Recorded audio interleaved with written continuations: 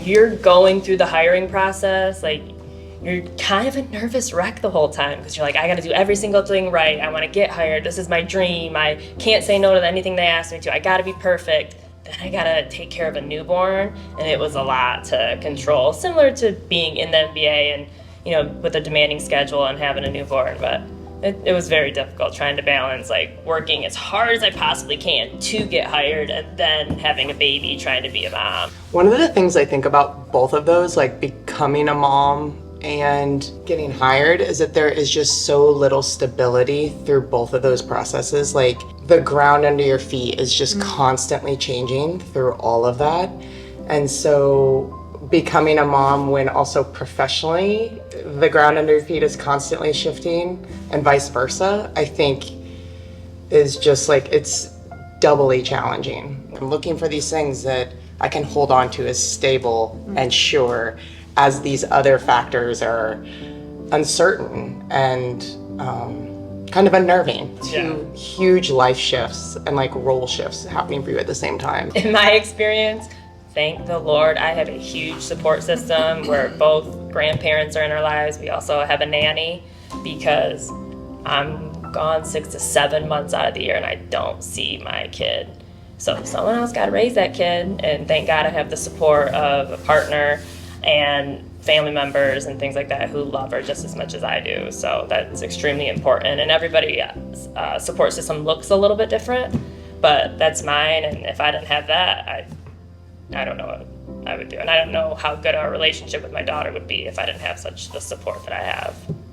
And I'm lucky for that. I think last year, with it being my first year being back after giving birth full time, in addition, obviously, of course, having my family, my husband, my mom, family support, I think having Jenna and Lauren, being able to pick up the phone and call you guys when it was my son's first birthday and I'm in Denver working, or I'm on the road for 7 days and I'm missing my baby, like being able to pick up the phone and lean on these two girls, and Simone hopefully will be able to do that next season, knowing that we're all going through the same thing and being able to pick each other up.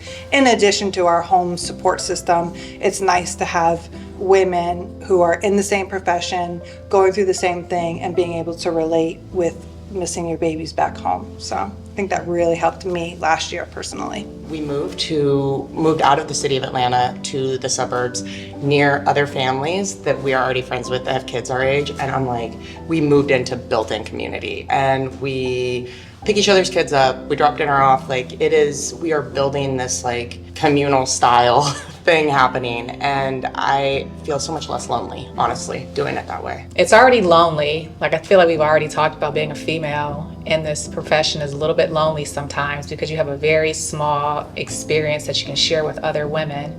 Initially, when we got hired, because there's so few women in the NBA, it was always about like, you know, what's important to you that you're a woman and you're in the NBA? And for me, my response was always, well, I'm a role model. I'm a role model now for all these little girls who turn the TV on and see a woman out there. And now, like you were saying, you know, my family, we talk about your why. What's your purpose? What is your why? And my mom on the drive here sent me a picture of my son. She had him yesterday. And she said, this is your why.